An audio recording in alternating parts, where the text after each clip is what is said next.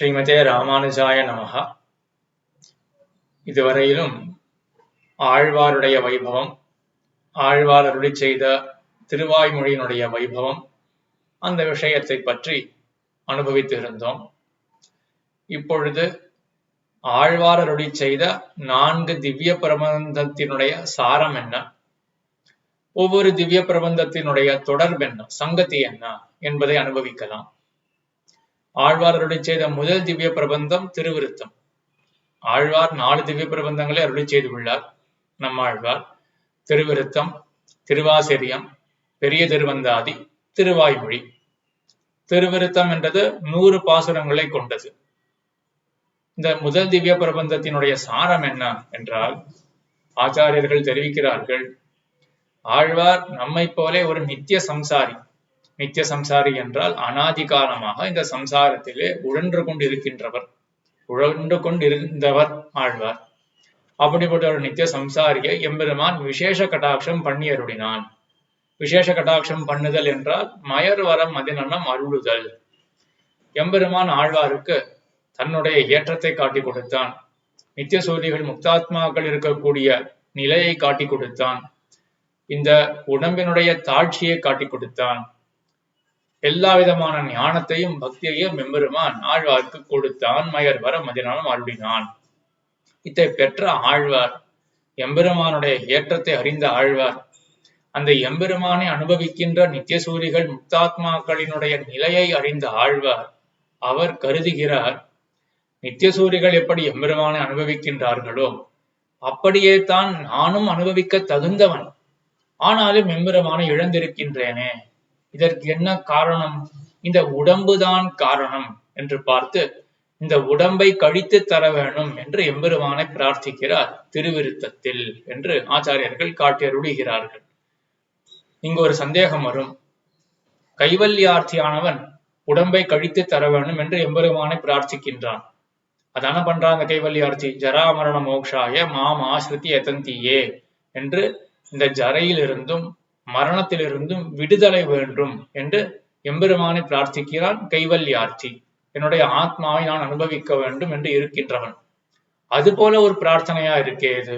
எம்பெருமானை பார்த்து இந்த உடம்பை கழித்து தர வேண்டும் என்று சொன்னால் கைவல்யார்த்தியுடைய பிரார்த்தனையாக ஆயிடுமே என்ற கேள்வி வர ஆச்சாரியர்கள் பதில் உரைக்கிறார்கள். கைவல்யார்த்தியுடைய நிலை என்ன என்றால், இந்த உடம்பானது சிரமத்தை கொடுக்கும். சிரமத்தை கொடுக்கக்கூடிய இந்த உடம்பை போக்கியருட வேணும் என்று கைவல்யார்த்தியினுடைய பிரார்த்தனை. ஆழ்வாருடைய பிரார்த்தனை எப்படிப்பட்டது? எம்பெருமானே, உன்னுடைய ஏற்றத்தை தெரிந்த நான் உன்னை அனுபவிக்க வேண்டும். உன்னுடைய அனுபவத்துக்கு தடையாக இருக்கக்கூடிய இந்த உடம்பை கழித்து தர வேண்டும் என்று ஆழ்வாருடைய பிரார்த்தனை. 2 பேரும் உடம்பை கழித்து தர வேண்டும் என்று பிரார்த்திக்கிறார்கள். ஆனா அந்த உடம்ப வருத்தத்துக்கு விஷயமாக கைவல்யார்த்தி நினைக்கலாம். ஆழ்வார் அப்படிதான் நினைக்கிறார். எப்படி வருத்தத்துக்கு விஷயமானது உடம்பு என்றால், எம்பெருமானை அனுபவிக்க ஒட்டாமல் தடுக்கின்றதல்லவா, ஆகையினால் இந்த உடம்பை கழித்து தர வேண்டும் என்று இந்த ஒரு வாசி, இந்த வைஷமியம், இந்த வேறுபாடு கைவல்யார்த்திக்கும் ஆழ்வாருக்கும் உண்டு என்று மற்றொரு கேள்வி எழுகிறது. ஆக திருவருத்தத்தில் ஆழ்வார் செய்யக்கூடியது என்ன? திருவருத்தத்தினுடைய சாரம் என்ன என்று ஆச்சாரியர்கள் அருளி செய்கிறார்கள். எம்பெருமானை ஆழ்வார் பிரார்த்திக்கிறார், இந்த உடம்பை கழித்து தர வேண்டும் என்று. உடம்பு வேண்டாம், உடம்பிலிருந்து விடுதலை வேண்டும் என்ற நிலையானது திருவிருத்தத்தில் சொல்லப்படுகின்றது என்று. ஆனால் திருவிருத்தமோ 100 பாசுரங்கள் கொண்டது. வெறும் இந்த உடம்பை பத்தி தான் பிரஸ்தாவமா.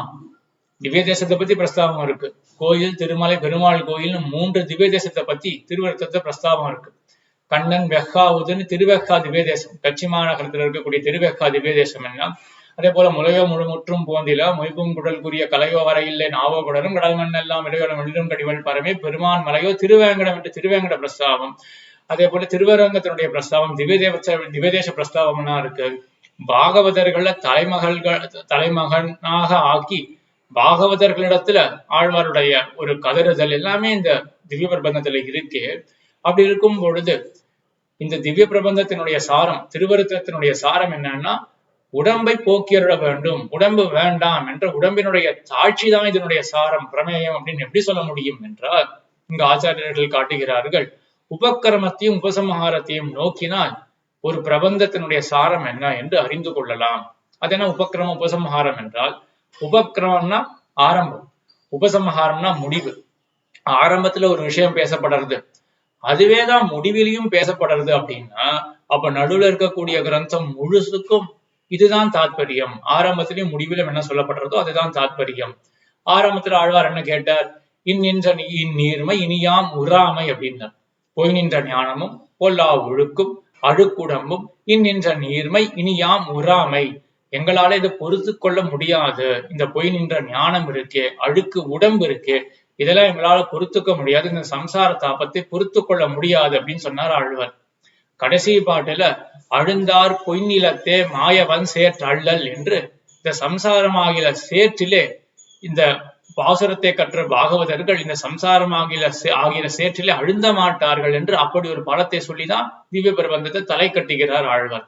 ஆக ஆரம்பத்துல உடம்பினுடைய தாழ்ச்சி பேசப்பட்டிருக்கு, உடம்பிலிருந்து விடுதலை வேண்டுகிறார் ஆழ்வார். கடைசியில இந்த பிரபந்தத்துக்கு பலத்தை சொல்லும் பொழுதும் உடம்பினுடைய தாழ்ச்சியை சொல்லி சேராக இந்த உடம்பை சம்சாரத்தை சொல்லி இதிலிருந்து விடுபடுவார்கள் என்று விடுதலை பத்தி பேசுகிறார் ஆழ்வார். ஆக மொத்த திவ்ய பிரபந்தத்துக்கும் மோட்சத்துல தாற்பயம், இந்த உடம்பான ஹேய உடம்பை விட்டுட்டு மோட்சத்துல தாற்பயமானது இந்த திவ்ய பிரபந்தத்துக்கு உண்டு என்று ஆச்சாரியர்கள் நிர்ணயம் செய்கிறார்கள். இது ஒரு நியாயம். மற்றொரு நியாயம் என்ன என்றால், முதல் பாட்டில ஆழ்வார் என்ன பண்ணார்? அடியேன் செய்யும் விண்ணப்பம் அப்படின்னு ஆரம்பிச்சார். என்ன விண்ணப்பம் செய்தார் ஆழ்வார்?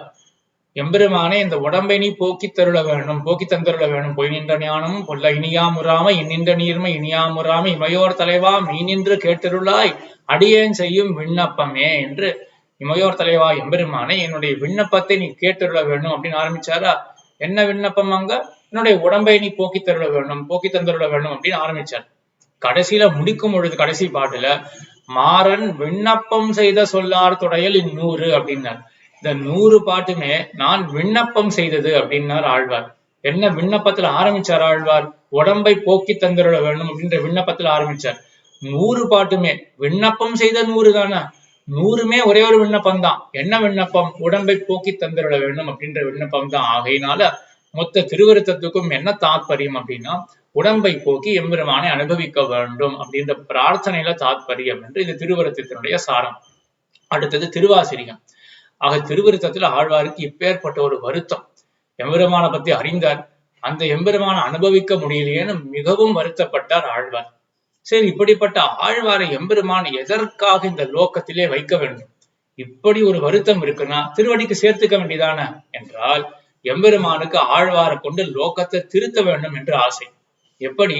பீஷ்மர் ஷர தல்பத்திலே கிடந்தவர். பீஷ்மர் ஷரகான அம்பு, தல்பகான படுக்கை, அம்பு படுக்கையில கிடந்த பீஷ்மர், அவரை கொண்டு விஷ்ணு சகஸ்ரநாம அத்தியாயத்தை பாடுவித்தான் எம்பெருமான். 1000 திருநாமங்கள் அவர் மூலமாக வரவழைத்தான் எம்பெருமான். அதே போல லோக க்ஷேமத்துக்காக ஆழ்வாரை கொண்டு 4 திவ்ய பிரபந்தங்கள் வெளிவர வேண்டும் என்ற ஒரு நினைவுடன் எம்பெருமான் ஆழ்வாரை இங்கு வைத்திருக்கின்றான். ஆனால் ஆழ்வாரை துடிக்கிறார், நான் இங்க இருக்க முடியல அப்படின்னு சொல்றார். ஆக எம்பெருமான் என்ன பண்ணான்னா, ஆழ்வாரை தரிப்பிக்கிறதுக்காக, ஆழ்வாருக்கு ஒரு தரிப்பை ஏற்படுத்துவதற்காக தன்னுடைய ரூபத்தையும் குணத்தையும் அனுபவிப்பிக்கின்றான் திருவாசிரியம் என்ற திவ்ய பிரபந்தத்திலே. அப்போ எம்பெருமான் தன்னுடைய ரூபத்தையும் குணத்தையும், ரூபம்னா தன்னுடைய வடிவழகு, குணங்கள் தன்னுடைய வாத்சல்யம் சௌஷீல்யம் போன்ற எண்ணிறந்த கல்யாண குணங்கள் அத்தையெல்லாம் ஆழ்வாருக்கு காட்ட, அத்தை அனுபவித்த ஆழ்வார் என்ன பண்ணார் அப்படின்னா மறந்தே போயிட்டார். என்ன மறந்து போயிட்டார்? இந்த உடம்பானது என்ன பாடுபடுத்துறது அப்படின்றதே மறந்து போயிட்டார். இந்த உடம்பை விட்டுட்டு ஸ்ரீவைகுண்டத்துக்கு போய் எம்பெருமான் அனுபவிக்கிறோம் அப்படின்றதையும் மறந்து போயிட்டார். திருப்புலி ஆழ்வார் அடியிலே அமர்ந்த ஆழ்வார், அந்த ஆழ்வாருக்கு எம்பெருமான் தன்னுடைய ரூபத்தையும் குணத்தையும் காட்டித்தர அத்தையே அனுபவிச்சுட்டு திருவாசிரியம் அப்படின்ற திவ்ய பிரபந்தத்தை பாடி அருளினார். ஆக திருவாசிரியம் அப்படின்றதுக்கு சாரம் என்ன? அந்த திவ்ய பிரபந்தத்தினுடைய பிரமேயம் என்ன என்றால், திருவருத்தத்தில் இருக்கக்கூடிய வருத்தத்தை போக்குவதற்காக ஆழ்வாருக்கு தன்னுடைய ரூபத்தையும் குணத்தையும் எம்பெருமான் காட்ட, அந்த ரூபத்தையும் குணத்தையும் கண்டு அனுபவித்து தரிக்கின்றார் ஆழ்வார் என்று திருவாசிரியத்தினுடைய சாரம். அடுத்தது பெரிய திருவந்தாதி.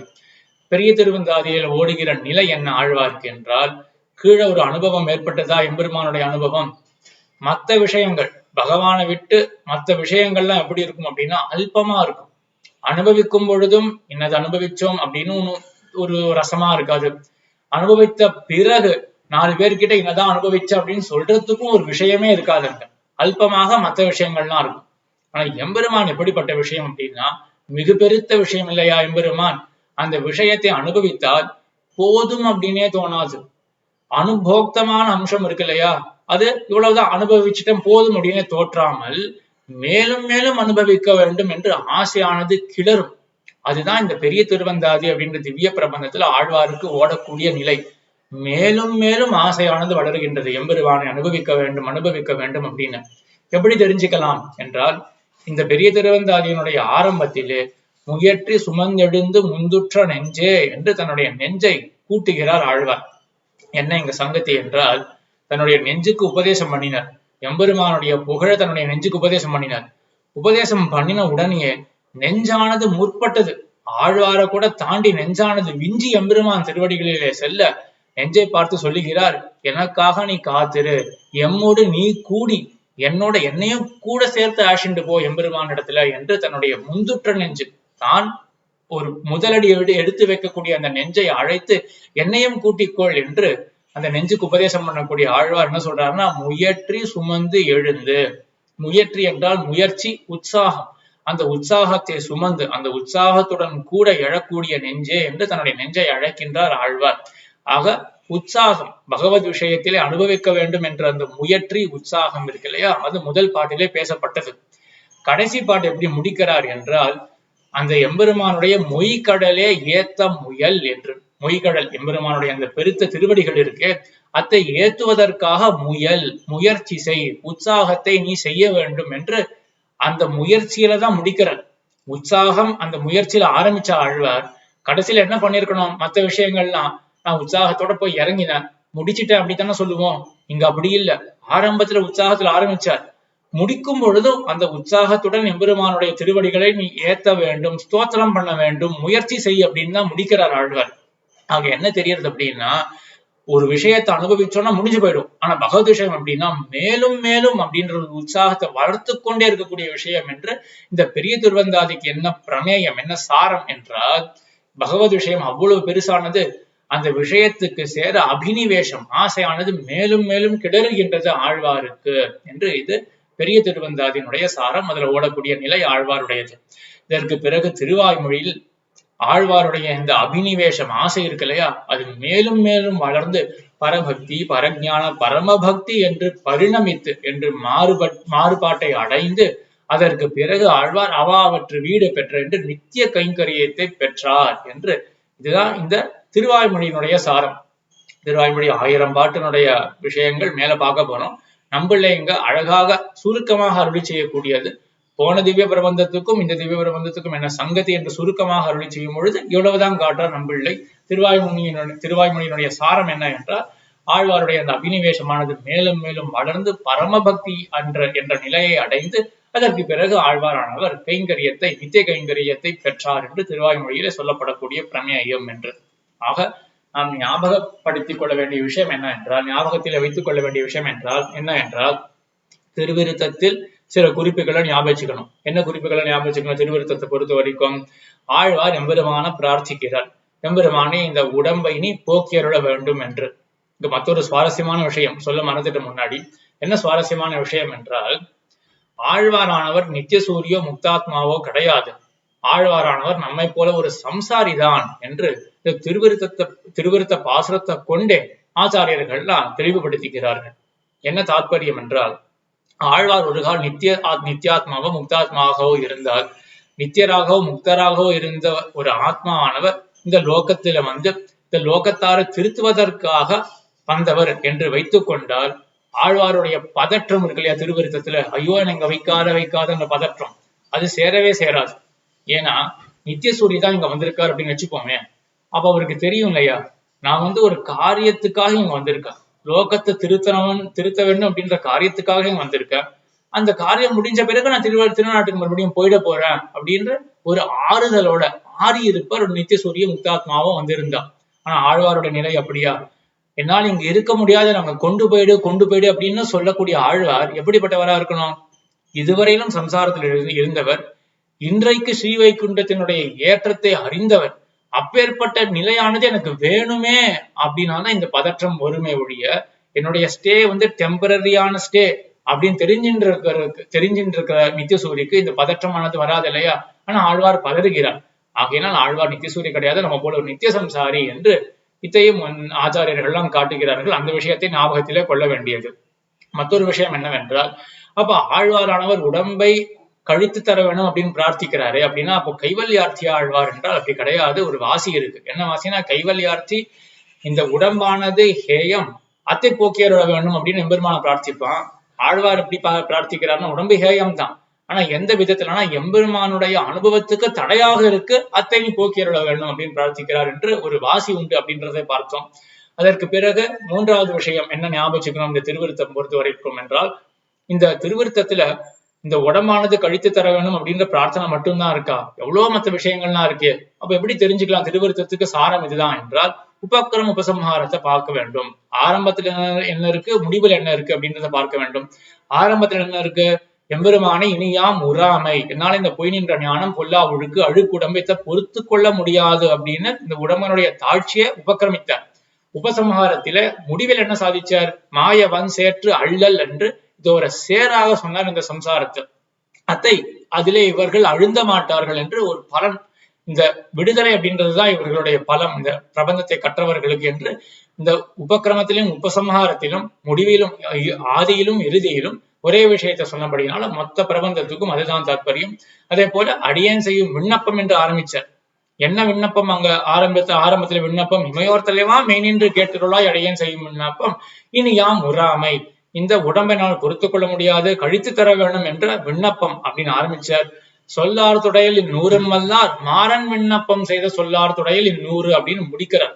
ஆக இந்த 100 பாட்டு திருவிருத்தமுமே நான் செய்த விண்ணப்பம் தான் அப்படின்னார் ஆழ்வார். என்ன விண்ணப்பம், எம்பெருமான இடத்துல ஒரு பிரார்த்தனை, இந்த உடம்பை கழித்து தர வேண்டும் என்று. இதுதான் மூன்றாவது குறிப்பாக நாம் ஞாபகம் வைத்துக் கொள்ள வேண்டியது திருவிருத்தம் பொறுத்தவரைக்கும். அதுக்கப்புறம் திருவாசிரியத்துல என்ன நிலை என்றால், ஆழ்வார் இப்படி பதறுகிறாரு, இவரை கொண்டு லோகத்தை திருத்த வேண்டும் அப்படின்னு பார்த்தா இவர் இருக்கவே மாட்டார் போல இருக்கே இங்க அப்படின்னு எம்பெருமான் பார்த்து, ஆக எப்படி பீஷ்மரை கொண்டு லோகத்தை திருத்தணும் அப்படின்னு முடிவு பண்ணானோ எம்பெருமான், அதே போல ஆழ்வாரை கொண்டு திருத்த வேண்டும். ஆனா ஆழ்வாரங்க தரித்து நிற்க வைக்க வேண்டும் எம்பெருமான். அதுக்காக என்ன பண்ணுவான், எம்பெருமான் என்ன பண்ணான் என்றால், தன்னுடைய ரூபத்தையும் குணத்தையும் ஆழ்வாருக்கு காட்ட அந்த ரூபத்தையும் குணத்தையும் அனுபவித்தார் திருவாசிரியம் 7 பாட்டாலே என்று பார்த்தோம். அதற்கு பிறகு பெரிய திருவந்தாதி 87 பாசுரங்களாலே எம்பெருமானுடைய அந்த மிகுபெரு வரத்த விஷயம் இருக்கே, அந்த பகவத் விஷயத்துக்கு சேர ஆழ்வாருடைய அபினிவேஷம், ஆசையானது மிகவும் கிளர்ந்தது, தன்னுடைய ஆசையானது மேலும் மேலும் வளருகின்றது என்பதை தன்னுடைய இந்த பெரிய திருவந்தாதி என்கிற திவ்ய பிரபந்தத்திலே அருளி செய்தார் என்றதை பார்த்தோம். அதற்கு பிறகு திருவாய்மொழியில் இந்த ஆசையானது முதிர்ந்து பரமபக்தி என்ற நிலையை அடைந்து அதற்கு பிறகு ஆழ்வாருக்கு கைங்கரியம் கிட்டிற்று என்பதை திருவாய்மொழியினுடைய விஷயமாக பார்த்தோம். இதுவரையிலும் 4 திவ்ய பிரபந்தத்தினுடைய சாரத்தை அனுபவித்தோம். நம்பிள்ளை தன்னுடைய 3ஆம் ஸ்ரீயப்பதி படி என்ற வியாக்கியானத்திலே, இந்த 3ஆம் ஸ்ரீயப்பதி படி இதுவும் தெரிஞ்சு கொள்ள வேண்டும். ஸ்ரீயப்பதி படி அப்படின்னு திருவாய்மொழிக்கு அவதாரிக்கை உண்டு. அதாவது ஆச்சாரியாலாம் ஸ்ரீயப்பதியாய் அப்படின்னு தான் பொதுவா தன்னுடைய கிரந்தத்தெல்லாம் ஆரம்பிப்பா. அதே போல நம்பிள்ளை ஸ்ரீயப்பதியாய் அப்படின்னு தான் ஆரம்பிச்சார். ஆனா கிரந்தத்துல ஒரே ஒரு ஸ்ரீயப்பதியாய் அப்படின்னு தானே இருக்கணும். எல்லா கிரந்தத்தினுடைய ஆரம்பத்துல ஸ்ரீயப்பதியாய் இருக்கு அப்படின்னு இருக்கும். ஆனா நம்பிள்ளையுடைய இந்த ஈட்டுல மட்டும் 3 தடவை வருது, ஸ்ரீயப்பதியாய் ஸ்ரீயப்பதியாய் ஸ்ரீயப்பதியாய் அப்படின்னு 3 தடவை வருது. அதுதான் செவி வழி செய்தியாக என்ன தெரிய வருது அப்படின்னா, முதல் நாள் நம்பிள்ளை உபன்யாசத்துக்கு உட்கார்ந்தார், ஸ்ரீயப்பதியாய் அப்படின்னு ஆரம்பிச்சார்.